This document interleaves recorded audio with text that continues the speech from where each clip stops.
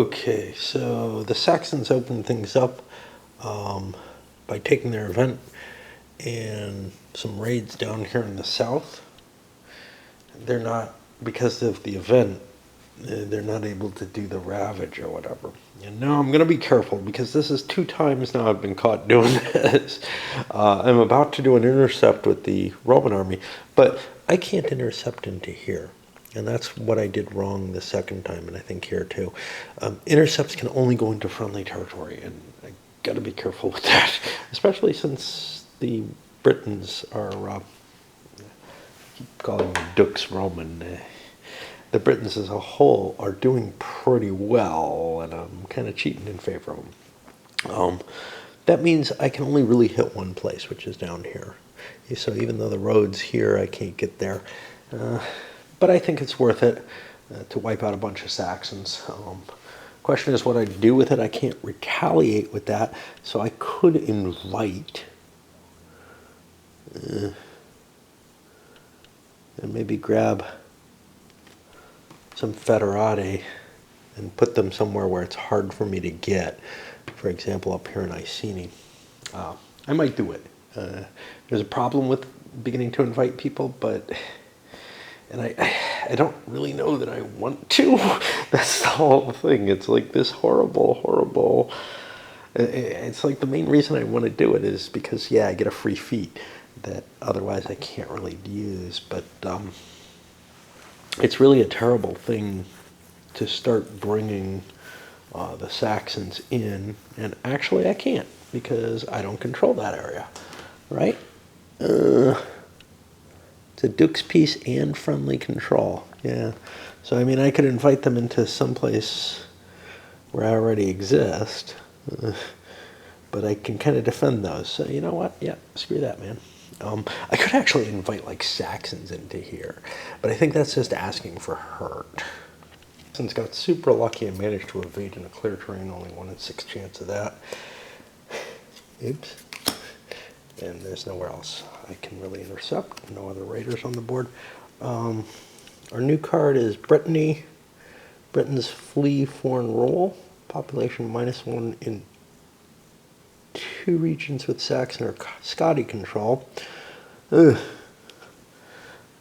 This is a weird card because you may not want to reduce their population, but on the other hand, you probably don't want to let them have population if they're coming close to winning. So there's a reason to avoid that. Now, where's the... Don't the Scotty have a control thing? Or they just need the 4 forts, I guess. The other side of it, Britons seek security across the sea. In 1 region coastal to Oceanus Britannicus, population -1, no new refugees. Oh, this one I think probably creates refugees, because if there's a reduction and it doesn't say refugees should be created, or shouldn't be created, you shouldn't reduce it. I'm not sure why anybody would reduce these except to be a dick to someone. What about defeating the Ravens? I already chose that the Saxons and Romans were not interested in this. I don't know if anybody really is. You get to make a quick march and attack, which is kind of bonus. And then the bravery, your troops can take double losses and you get a free battle.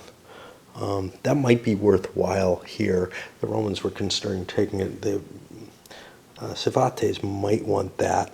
On the other hand, I'm not sure the Picts don't want it. They could schwack this or this. Take a town out. So I got to think a little bit about that.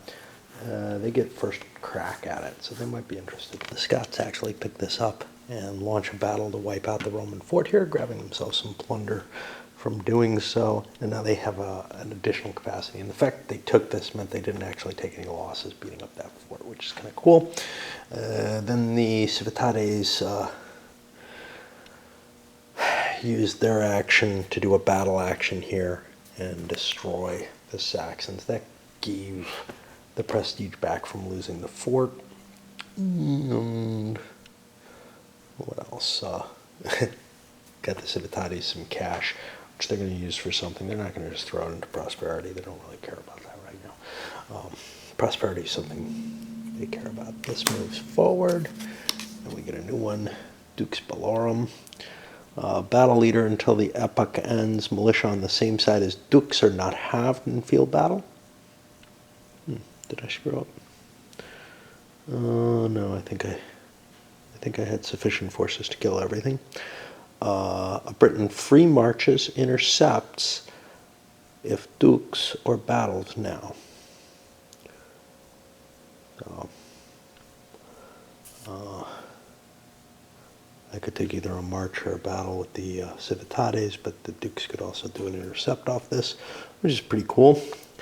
Hated strongman until epic militia and Dukes may not battle on the same side. Ooh, that's a powerful one. However, we have this one, which was playing with the population. I don't know if anybody's actually going to take that. It just does not feel like... it doesn't feel like reducing population is particularly advantageous, especially if it's going to create crap. Well, the Britons flee from foreign rule, creates refugees. So one of the Briton players might want to do this. The other one is just, I think, pretty iffy because getting rid of population means you can't raid as well. Sure, it reduces, it reduces this perhaps and stuff like that, but I don't think we really want to do that. Okay, we passed on this. The Saxons ended up doing their return, and they ended up with only 3 warbands that got them back in control of an area for what that's worth. I don't know how big a deal it is because with all the seas not in control. That may be a reason to start creating some federati, actually, is we'd be able to defend against some of the seas, but we have to give up our own areas. Now, this, if there were Dukes there, maybe, guess up here, but, it's just weird. And then the Dukes actually passed because they've got first shot at this next card, which means they're probably going to bone the Civates out of the next card. And we've got Kaleva Atrabatum. Cities boost local economy in each of 2 regions with a town, add 2 prosperity. Okay. Ruined countryside, starved city, remove a town from a region that's at 0 prosperity. I don't think we've got anything that's in that bad a shape. We got things that could be by that point, though. They don't have towns, though. This must have bumped. Okay, so the Dukes did a train and build. They had a bunch of cav to build, scattered all over the place, but here. And, well, that's the train side of it. Build side, they built, no, they did not do a build. They did a requisition to grab 6 more bucks. I looked at it. I would love to have created more towns, to tell you the truth, but there are no town sites that are available that I could see. So I'm like, well, screw that, man. Why do I really want town sites? Yeah, that's a good question. So anyway, the requisition got me 6 more bucks out of the pool. And remember, if I can drop this low enough, that's money that won't go into the Civitates' wealth. There's a serious issue here, though, which I'm told this is the solution to, which is the Britons are really kind of controlling whether or not they're the ones who can win the game each turn. These guys can catch up. I feel like there must be some advantage to holding off on playing this, but I'm not sure I can see it. I mean, the only real pain to it is you can't go raiding up there, but we're established here, so what the hell. But anyway, I didn't do it this time. Kind of holding off a little bit longer. I did a raid instead because I would get second shot at this card. I don't think that the Saxons are going to remove a town, and they're certainly not going to add prosperity, I don't think. I'm not sure. Maybe they want to. So I grabbed my turn this time, and I'll push these around. This shows up. And Classis Britannica. Roman naval bases in Gaul active until the epic reduced raids from Oceania Britannicus by -4 raiders each target space after any patrol. Well, I don't have a patrol there anymore, so I don't think. Oh no, this happens in addition to the lack of patrol. The other side of that, though, is set all seas to no patrol, which matters not at all. They're all set there already, so it's possible I could reduce raids along here. I don't know how big a deal that is. Right, another probable roll screw up, and it's just so hard to keep all the potential effects in mind. This game's painful. I am not going to be able to play it perfectly ever, probably. But in particular, each fort or town destroyed drops prestige by 2. Well, the Dukes destroyed a town on the Civitatis, and they actually probably should be back in prestige. They kind of had to do it, if I recall correctly, because that was a way to get the Britain control lower. I'm going to actually charge them for this. Let me just make sure I'm right, because it makes sense that, you know, the noble Roman defenders in the army would not be well appreciated if they're sacking towns. So let me just make sure that it works the same way here. Okay, that one is what I was worrying about. But assault removes of, but yeah. I think it is indeed the case, and this one was pointed out. I'm going to actually, like I said, I took that into account. I've been cheating too much in favor of the Britons, but that one had to be done. This isn't something that was what kind of prevented victory, if I recall correctly. All right. Okay. So, another error pointed out to me.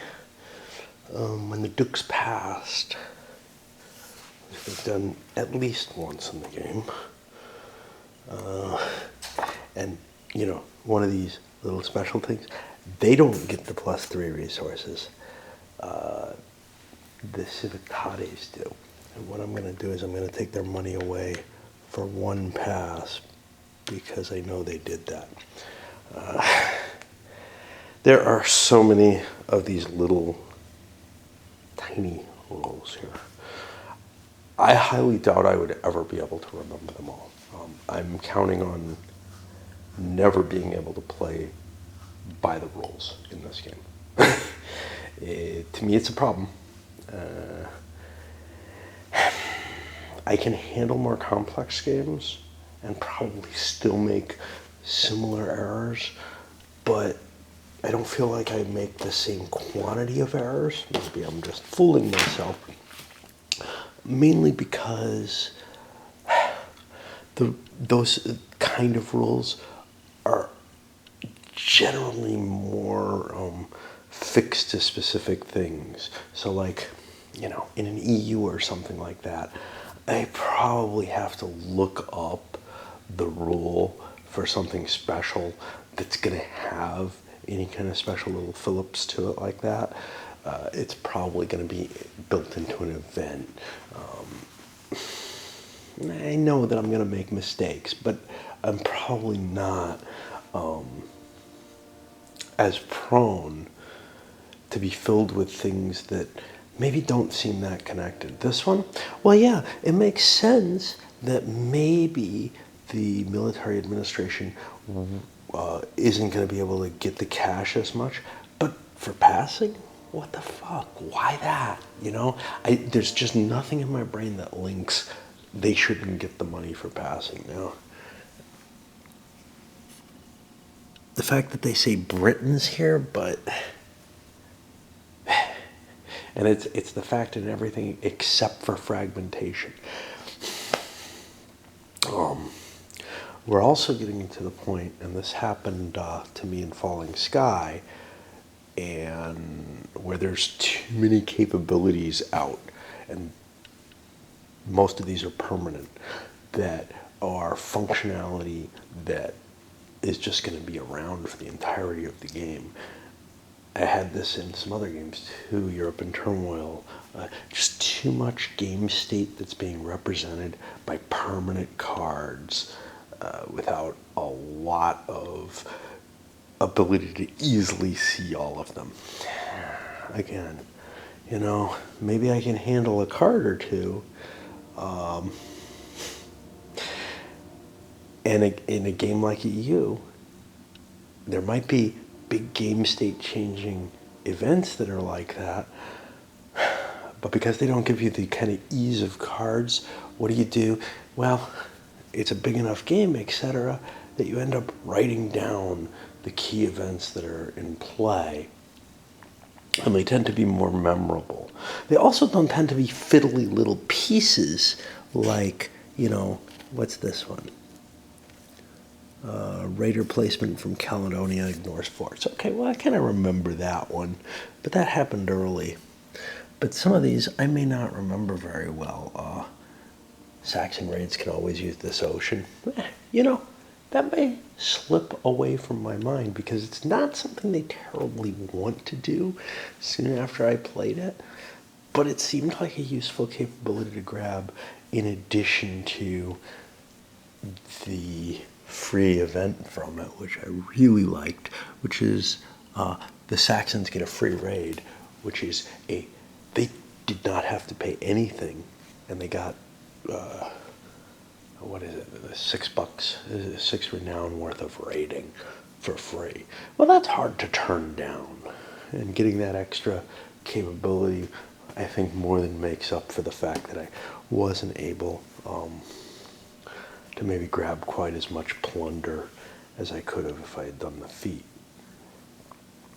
It takes the risk away from it. But anyway, the point is that we haven't been playing very much, and there are a lot of fucking cards on the table already that have permanent effects. At the same time, I'm also having to constantly remember these as being available. Once I get them out of my hand, that'll be fine. But as of right now, they're an additional burden in terms of making any kind of decent play. Anyway, I think I ran into something similar to this in Fire in the Lake, where I just felt like there was just too much shit going on for a coin game. I like this. I liked Fire in the Lake. I liked Falling Sky. But there's just no way to remember all of it for me.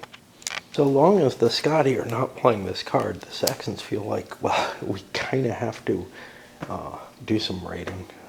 And at this point, we're doing raiding more as a punitive action against the two Britain players than we are just to try to boost our points. In fact, we'd use surprise to go in here.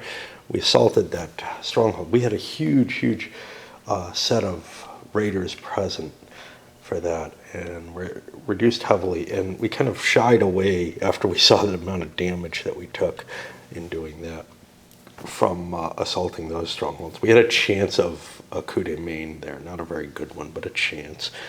But here we did attack a fort as well, because among other things, that's destroying the Duke's prestige, and then we're also killing the prosperity just through the raids.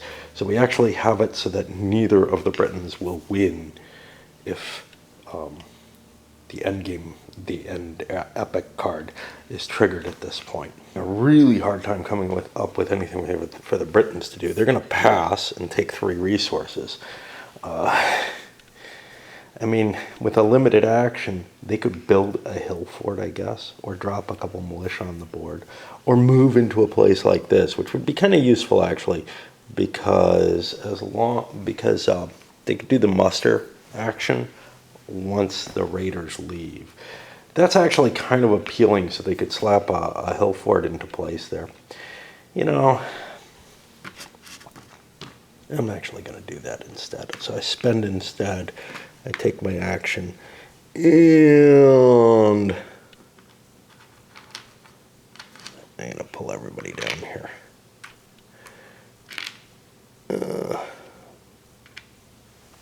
I think the Dux player is willing to agree to letting their forces be pulled in like that, simply because that gets them in a position where they can do an attack next turn. The Saxons have put themselves in an ugly place, though, where they can be intercepted all over the place. Now, I've been doing that anyway illegally, where I've been jumping into places that don't have Britain control. Wait, that's what the restriction is? Yeah, it's got to be friendly control. So that's actually not many places. I couldn't go in here with an intercept, but I can go into here or here and do a lot of damage, actually. The Dux decides to do that intercept, legally this time. However, the things that go with intercept, invite or retaliate. Well, invite I don't particularly want to do. I'm seeing that as a dangerous thing. Retaliate, I can only do it really. It takes plunder from a destroyed stronghold. If it removes a stronghold, it gives you advantages. That's it. If there's no stronghold, I can't do anything. The only places I could intercept, there was no stronghold. In fact, it's very unlikely there will be, and that's part of the reason the Dux is ahead right now, is I've been cheating for them and allowing them to intercept into places where control wasn't, like back here and stuff like that. I was able to restore a prosperity and get some additional points, and now the Dux has its points up where it's in the wind. That's putting the Scotty in an interesting position where, oh yeah, I could do a singular action, maybe get a couple of bucks or something, but there's not really a whole hell of a lot that I can gain for that. Or maybe it's time for this card. I can't do it right now, but I'd have a chance next turn. And I think that's what I'm going to do, is I'm going to pass and take my buck and see what happens, because I'm not that impressed with this Mistborn card. It gives you some advantages, but the Excidio Britanni, Christians flee, drops population in a couple of places, and slaughter of Wheela, population in 3 years with Saxon war bands, only 1 refugee, 2 available, shift to military dominance. Interesting. I should show what I think the procedure is for this. If I'm going to trigger this, and since I had planned it, this goes back up here, this goes here, and now this is the card that's in play. And of course we're going to trigger the event for that. I'll come back after the results. There's going to be a lot of raiding. That was fairly impressive, even though in both cases there were some raiders left on the board. Now I withdrew some of these for no effect, just to allow me placement. And I think I did the same with the Saxons somewhere. I think I withdrew a couple of theirs. They did a surprise attack into here, destroyed the town. Because it was lightly defended, they actually got their coup de main off, so it was not all that painful. It would have been very painful otherwise. And you can see I've had to recount prosperity. It usually takes me 2 tries. I had to recount prosperity earlier in just before this card play or so to make sure it was right, and then now after it, because the effects are so impressive, you know, the amount and the fact that there were raiders already out with money on them. I think this is correct, and you can see the Dux is way behind. Their prestige is dropping, and also by knocking this out, I took the Britain control down. So it looks like we're going to be dropping down into autonomy very shortly. which is going to make life a little bit harder, overall. Of course, that does, I believe, change some of the victory conditions. So like autonomy, Britain control is only 27. Oh no, we're above that now. What's the player order here? Shit. And that could be kind of confusing. There's a lot in this game to confuse. So victory happens after the Imperium phase, which means that you could fall into a victory that you have no real idea is going to happen without a lot of play of this game. Again, I feel like this one has so many little Pickian rules that unless you play it fairly consistently, it's going to be hard to keep track of all the state and all the things that you need to know in order to, proceed reasonably in terms of approaching your victory conditions. You could say the same about a lot of complicated games, but most of them don't have these sneaky little triggers in there for quick end of game. Something like an EU or something. Yeah, maybe I don't know what the victory conditions are going to, what the effects of my play are going to have on my overall victory conditions.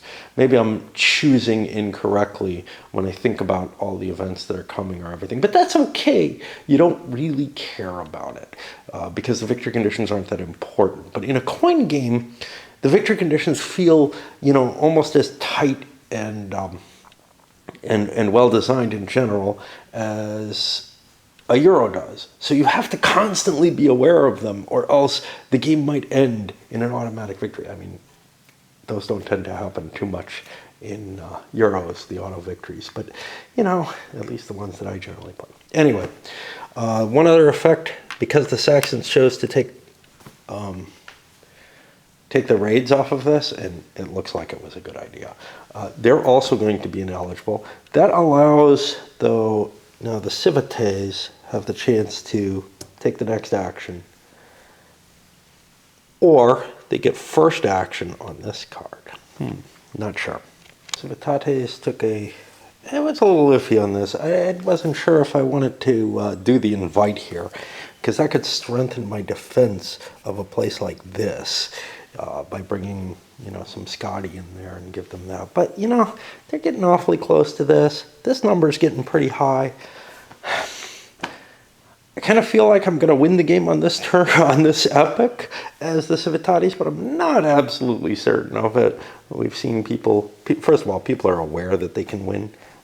I didn't really pay attention, though, to the Dukes. They need 60, which is here. They're also not too far away. So instead I did the rule operation, which allowed me to generate some more wealth. Now this cost me a lot of resources, and I actually had to spend some wealth because I increased my Britain control, so to get it further up. But that's putting some taxation on, what am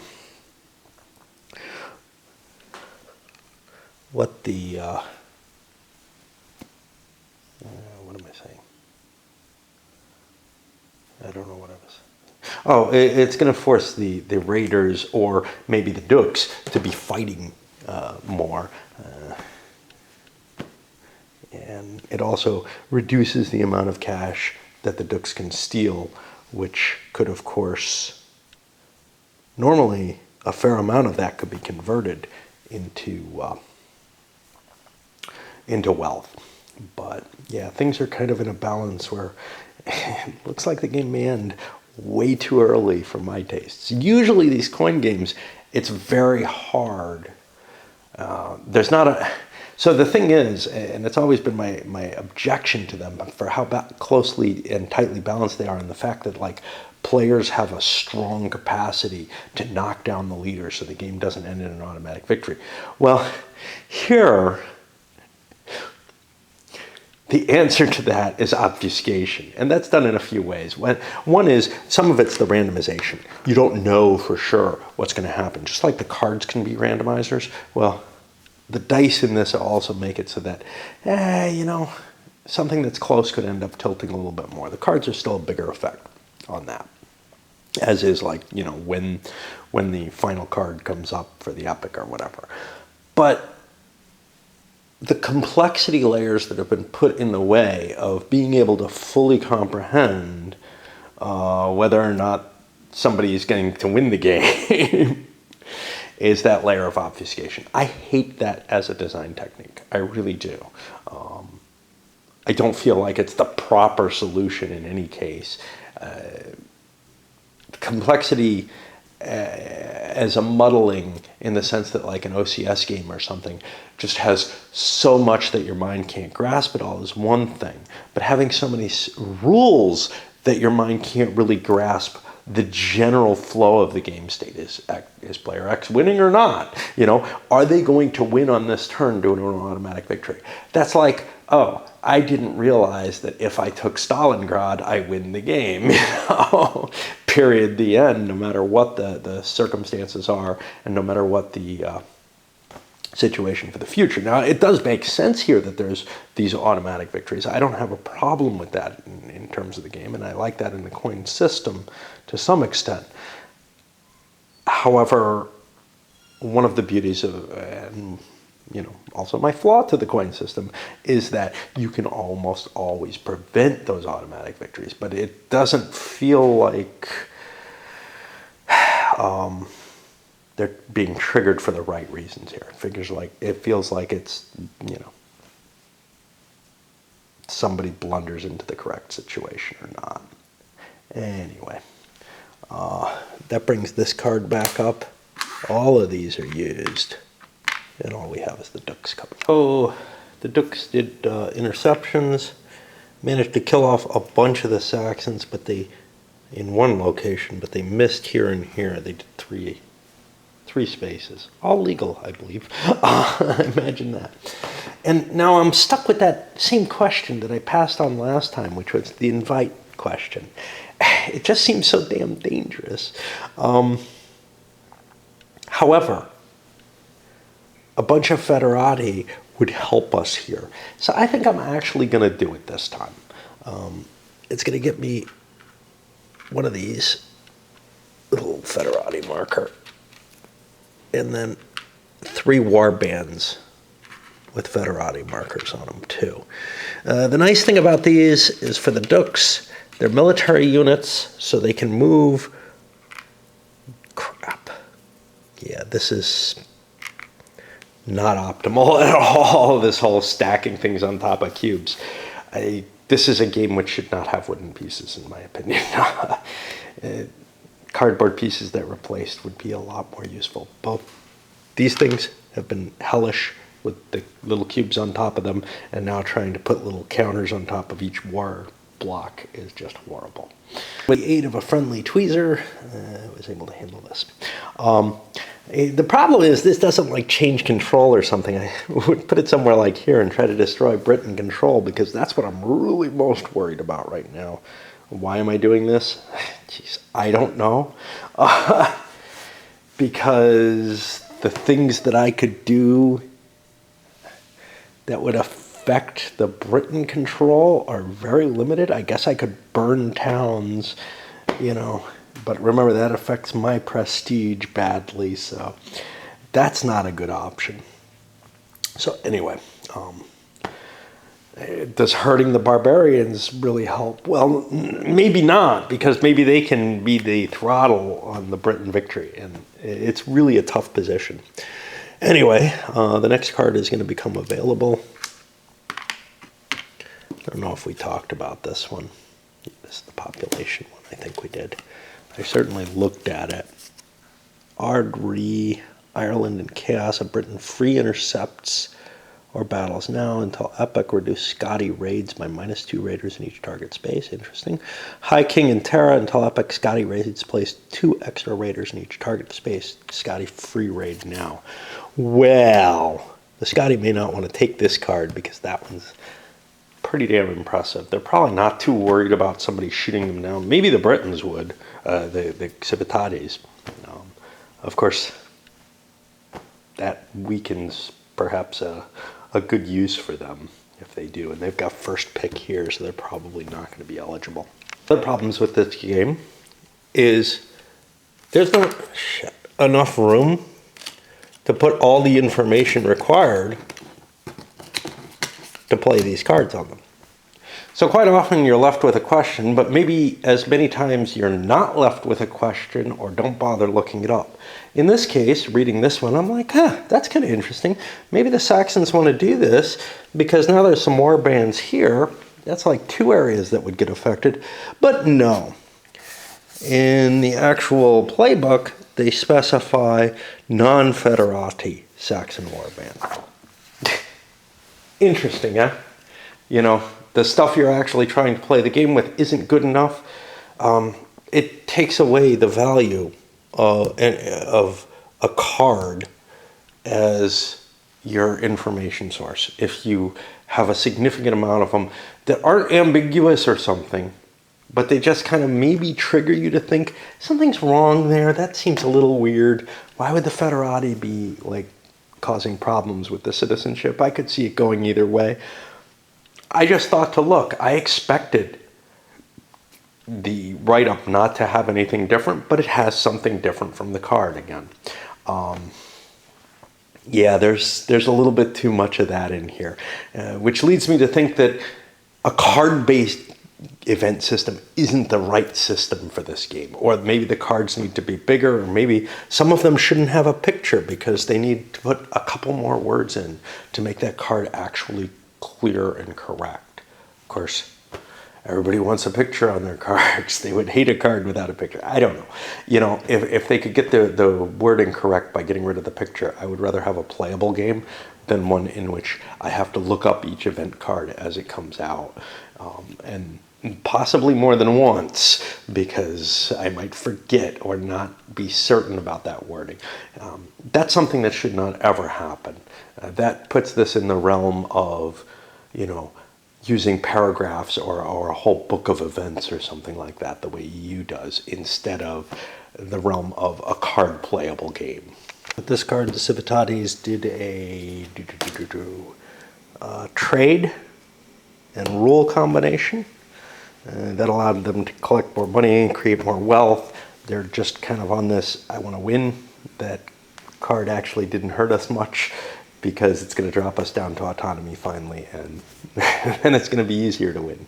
We don't have to hit this high bar for Britain control, and we're well exceeding the Dukes in terms of wealth.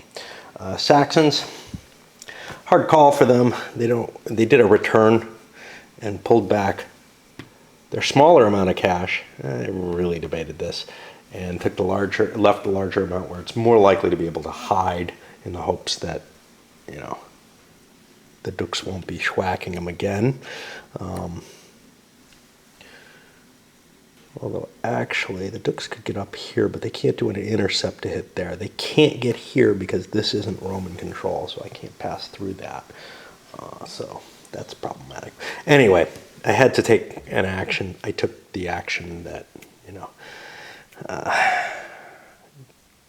seemed the safer at preserving my forces, although not necessarily the better in terms of the economy there. Get these swapped out. And our new card, Evangelization. Scotty raids cost more. Ouch. For the rest of the game. Ouch.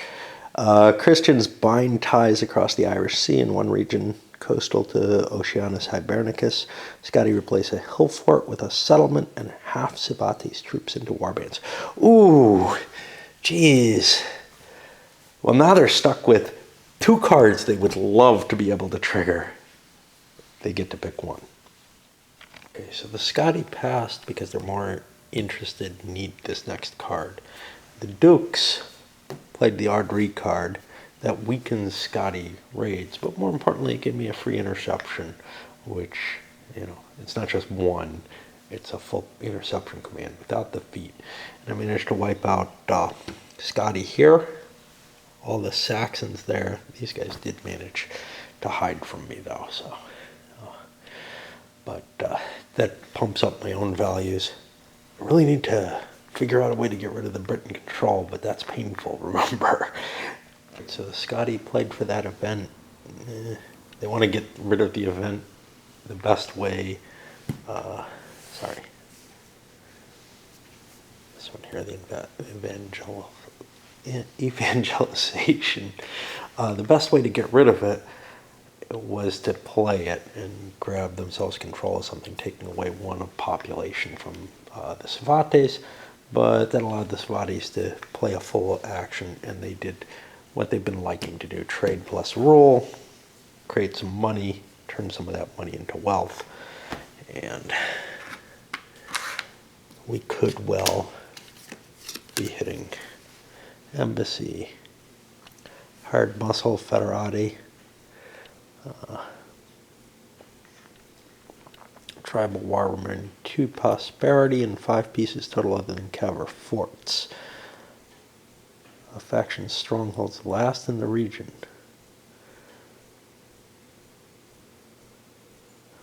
Well, I'm not sure what that's trying to say. That looks like another one I gotta look up. But at least that one's so confusing that I know I have to look it up. It's just worded in a way that, no way that it makes sense. Omen's card here is pretty interesting. You can just take it and discard it in battle to have units in that battle. Or you can discard it if you're eligible and become first eligible on the current card.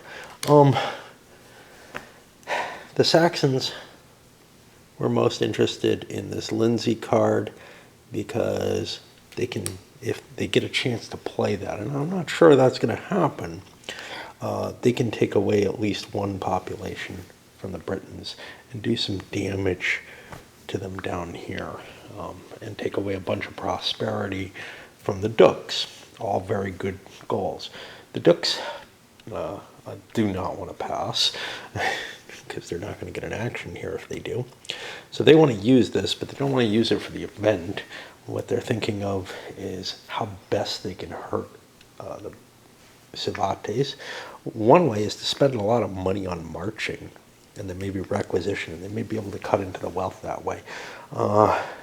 Train, they aren't finding there's simply not enough forces to be built. There's no cav to be built. There's no militia to be built. And of course, these aren't in play yet if they could. Battle doesn't cost anything, although that might help raise my prosperity if I succeeded, say, here. There aren't a lot of places I'm in a position to battle. So I think I'm going to end up doing a march, and intercept isn't going to be too impressive either. And then I'll try to figure out which one of these goes best with it, whether it's well, let's see. March can do build, invite, or requisition. Okay, so I can do any of the things I'd want with that. I'll try to figure out which one goes the best, pretty much after I see what I've got. I may be positioning myself in case there's enough cards for battles to try to take away things like these hill forts that are out here. And yeah, put it so the Savates cannot win. The problem with that, of course, is I might be costing myself prestige, and it's the prestige wealth comparison that determines who has the opportunity to win. So I might be throwing away my chance to win by picking on the Savates, but I don't think I have much chance. I don't think I can win that fight in any easy way. We were able to get awfully close by combining March. We picked everywhere where we had pieces. That drained the Savates' resources down to nothing, and then requisition we grabbed 6, which 1, 2, 3, 4, 5, 6, 7, 8, 9, 10, 11. Well, I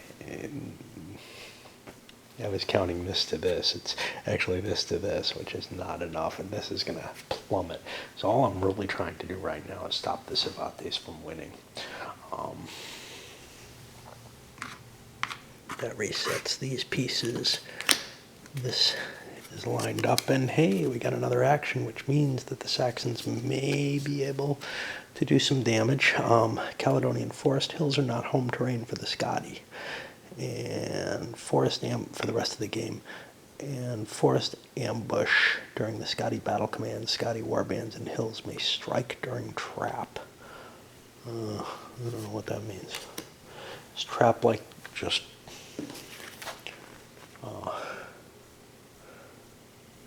certain units per event strike now? instead of in steps 1 to 3. I think that's probably just raiders generally, but whatever. So the Saxons did their little thing with that event and grabbed Parisi away, another point of Britain control gone, and got rid of some militia there. That puts me to an interesting position, though, where now it's on the Civates, and they're looking at things and saying the Dukes are going to light our day up and hurt us completely at cost to their own prestige, no question. But in order to try to prevent us from winning at this point. But there's not really much I can do except pray that the next card up is the epic card. I'm just looking at my options and I don't see much. And given that, I don't know what to do because I should be planning for what am I going to do if the Dukes manages to beat us. And that may mean moving troops. March might be the best answer. Except that these damn militia can only move one space. So they're not going to be able to defend the locations that I feel I need to for the most part, but I might be able to defend some of them, like this one that's under threat, or London or something like that. So unfortunately, I don't have cash. Oh. Yeah, I think I'm going to have to do a trade, which I might be able to do an invite and get some federati to help defend a location. Invite only works in one space, but that might be very, very useful for a space like this. And now we're seeing, a situation where yeah, it's the Dukes and the Civates who are fighting each other, and they're beginning to call on allies against one another. Rome is not standing strong the way they were before at all. I chose to do the march instead, paying just from one space. I could have gone with 2. I have enough wealth that would barely do it, but and reinforced a couple of spaces, and also did an invite, pulling some federati in down there. Now, of course, those federati could be bought off with an invite and used in an attack, but at least the Dukes would be using their own cash for that. That means, is it the epic? No, it's not. Surrey. More federati can be placed. More tribal war, this time in Caravellene and Contiaci. It's here. Having trouble reading these. I think this is Contiaci. So, more problems could happen down there. Among other things, that could actually remove the last fort there and take away 3 population. Ouch. Everything went wrong. The Scotti grabbed this so that the Dukes could wipe out some of the Britain control. But now they're looking and saying, now wait a minute. If I bring that wealth down from requisition, because it'll go down all the way, control goes to me. So now it's things like prosperity and prestige I'm most interested in. I've managed to engineer myself, maybe through a little duplicity, into a position where I got the shot at winning now. The Dukes have managed to engineer something where they're in the lead. Another card came up, this Migrants, which could be of some value here. It can move a population under Britain control, which could be very valuable. Especially since what the Britons have to do is they have to get their wealth up, which means they're probably going to be doing their trade and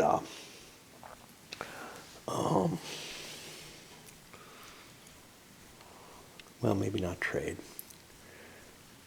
They're going to need to do rule, which could mean they do something else instead, but trade is kind of nice because it gives them a little bit of protection on their wealth. The Civitatis could not get themselves up to enough wealth that they would possibly be winning, so instead they reduced Duke's prestige. And then the Saxons, much as they kind of want to use this card to damage Britain control here, which would be a nice thing, and to take away a lot of prosperity, 5 prosperity from the Dukes. The problem is they lose their one settlement on the map that's really theirs. So they didn't want to do that. Of course, these Federati are dangerous, the Saxon Federati, because they're just asking for enough from that. Their own pivotal event allows them to come in and attack. And actually, I kind of think that that might be a reason that people would create Scotti Federati instead, but we're kind of playing for the win here at this point. So like the extra piece seemed important in each case. And there's also the danger that the Scotti are doing pretty damn well. Their victory is to get up to 45. Well, they're getting close to there. The Saxons have to get up to 30. And a little further back. But anyway, the Civitatis couldn't do what they wanted. The Saxons couldn't really do what they wanted, but they launched a raid over here and destroyed a fort as well, which did some damage to Duke's prestige. Now it leaves a couple of their units, you know, exposed, but they'd love to do a return, to tell you the truth. However, that hasn't, they haven't gotten that opportunity yet, and they may not, because this may be the last card of the epic. Nope. It's Uther. Shift to military dominance. Select up to 3 regions with a hill fort and cavalry. Each region remove 1 hill fort, 1 hill fort, and 1 prosperity, and transfer 5 Britain resources or wealth to Duke's resources. Wow, that's dangerous. And they have the first play on this. If this goes into here, that might be enough to at least guarantee that the Civitatis can't win. Rebellions against tyrants shift to civilian dominance, drop prestige by a lot. In one region, replace all dukes with corresponding Civitatis pieces. Cavalry go to casualties. Okay, so I think the dukes are going to want to pass. What that means for the Scotti, I don't know. I don't know how many cards we've gone through, though. That's one of the problems, is I don't have a real count of these guys. That's getting to be a pretty big number, though. Somewhat, because of the importance of this card, the Dukes end up passing, but that's not as good as I thought it was. As reminded, that gives money to the Civitatis, which is obviously not what I want to do, but I need this card. The Scotti do a return and settle. However, their settle didn't work out as well as they wanted. They wanted to take a population away from the Britain control there. And I don't know, we feel that's pretty safe. We could actually lose control and get the settlement that we need to get us to victory ourselves. However, we're not quite up to that 45.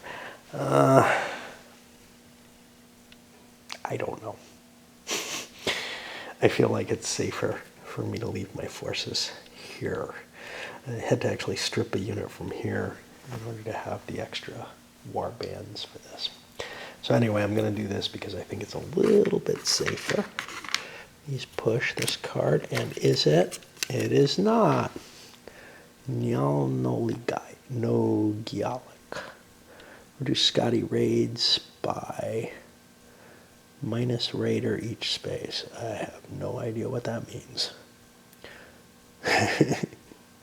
I think there's a number missing or something.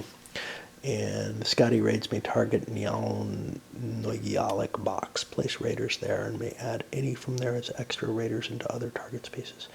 There's a Nogiali box. What is that? That's up here.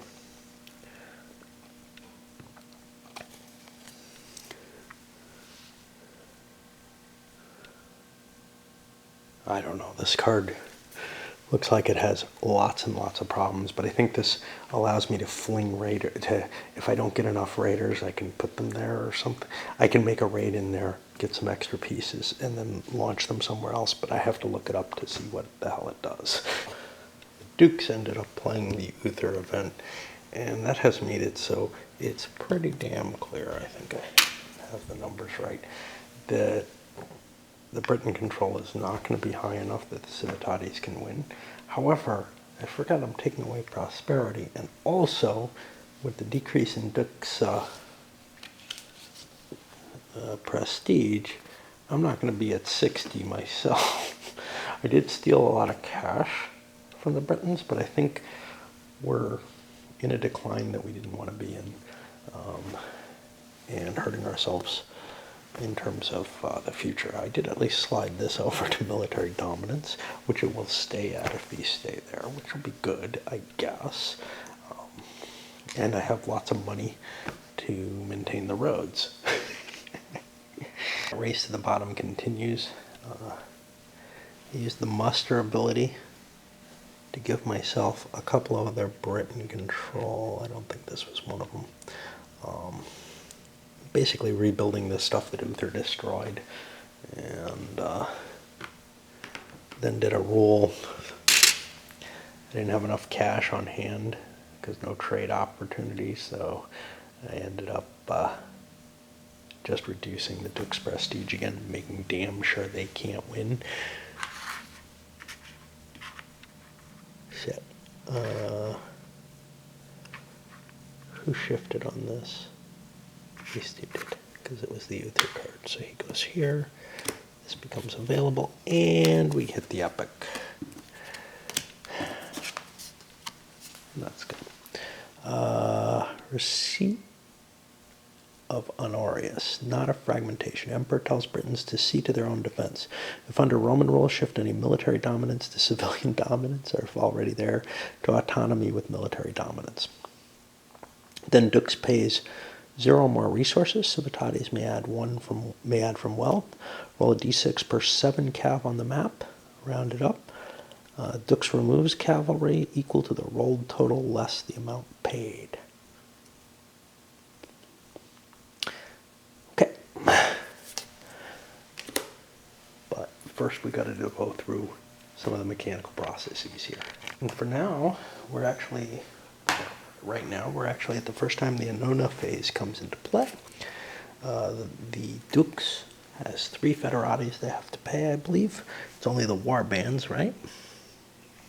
Yeah. Well, we'll use Civitatis money to begin with, because that puts them on a harder choice, right? And then we give money to each of these. Alright, and I gotta be careful with those stacks, because if that money falls, weird shit starts happening and I lose track. Now, though, the Civitatis have to make their decision on whether or not to spend theirs. Well, they're going to lose control anyway. The question is whether or not they want to spend the 3 on the Federati. They hate doing this, but here's the problem. This money goes back to the Saxons and starts cranking their cash up, which is one damn good reason you don't want the Scoti to start getting these, because their victory conditions are so low. And I don't know if the whole deck can be gone through before somebody's bound to win. But the other side of it is I'm giving up wealth here for this. If I don't give up wealth, I cause a problem. But, maybe it's not that big a deal. I'm not sure. I'm not sure if I want to spend my wealth on the Civitatis. What does my victory conditions become after fragmentation? Goes down to 16. This remains Britain control. I'm going to release these federati.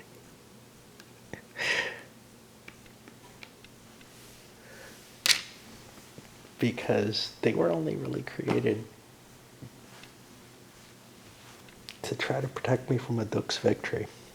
Okay, so now the plunder carried by them goes back to the renown of the barbarian nation. I'm like, hey, you stole my money? Fine, we'll give you a problem.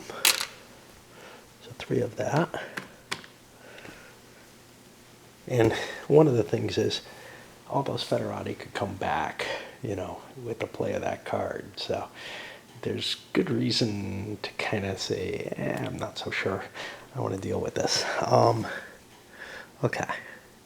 And now, okay, transfer all plunder carried by them to the renown of that. A Federati settlement with no corresponding Federati warbands at the outset of a nona remains Federati.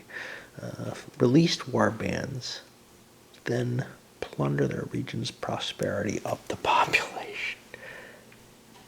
There we go. And that's going to be yet another buck, but that's okay. We killed a prosperity. At some point there's something else that happens here, no?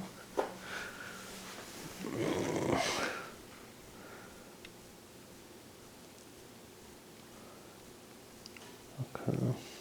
All right.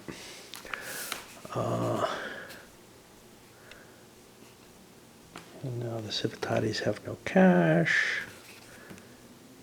We look at the Imperium chart. If our Roman rule and Britain control is 30 or less, war prosperity and prestige is 55 or less, we drop down to autonomy.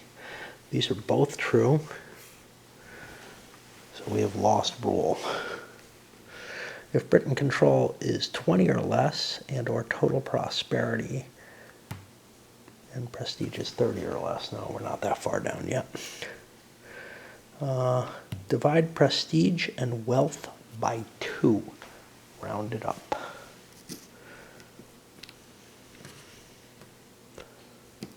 Ouch.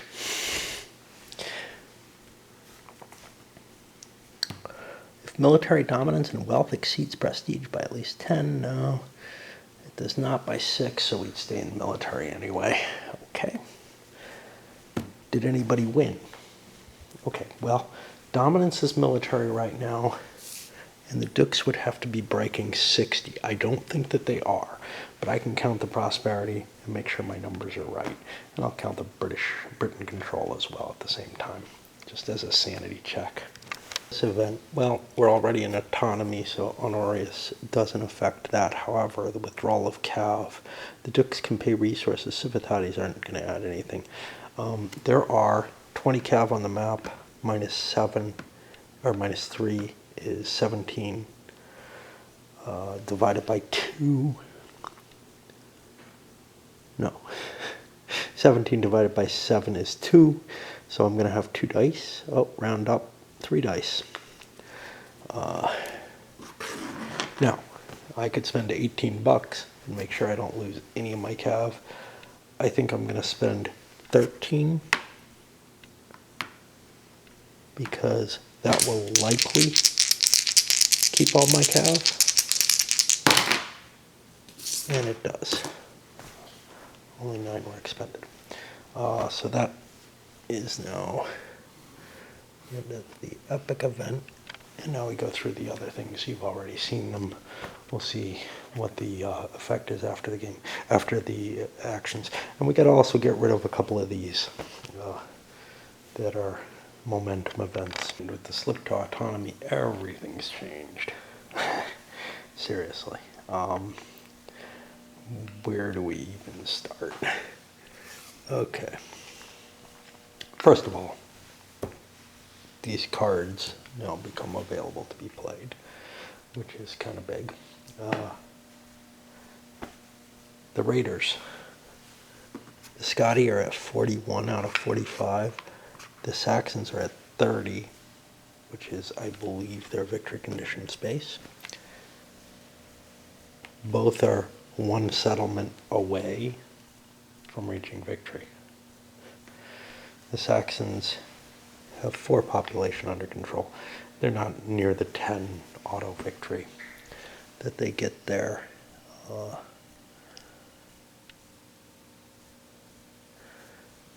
If this goes to fragmentation, though, they can no longer win with their 30, so they're both close. The Civitates are above their victory requirement, but they have to get it to a civilian dominance, and right now that doesn't look too likely. Their wealth has been too greatly decreased. The prosperity, though, has gone down so much that the dukes are way away from their victory condition. This was kind of their turn to do it, and now everything's down to its population level, which is simply not very much. We're at 43 total. I don't know if that's correct. Since it used to be at 80, I have the feeling it should be at 40, so I think I had better recount. No, because these aren't halved, and that's the extra 3 right there. Excellent. Okay, so my count was perfect. I can tell through math. But yeah, we're in a situation where 3 of the 4 players are very close to winning, and only the dukes can kind of be trusted. And of course, they probably want to throw things into fragmentation, because then their population control starts becoming more important rather than the prosperity, which they can't really. They have to have a lot of prestige, and they don't have that, which may mean they can't play theirs. Now they only need 5. And they can just kick that into play.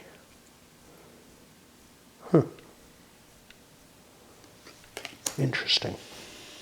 Of course, they haven't taken a lot of out of play cav, which means they're not going to get a lot of additional forces, or they're not going to get any additional forces out of that.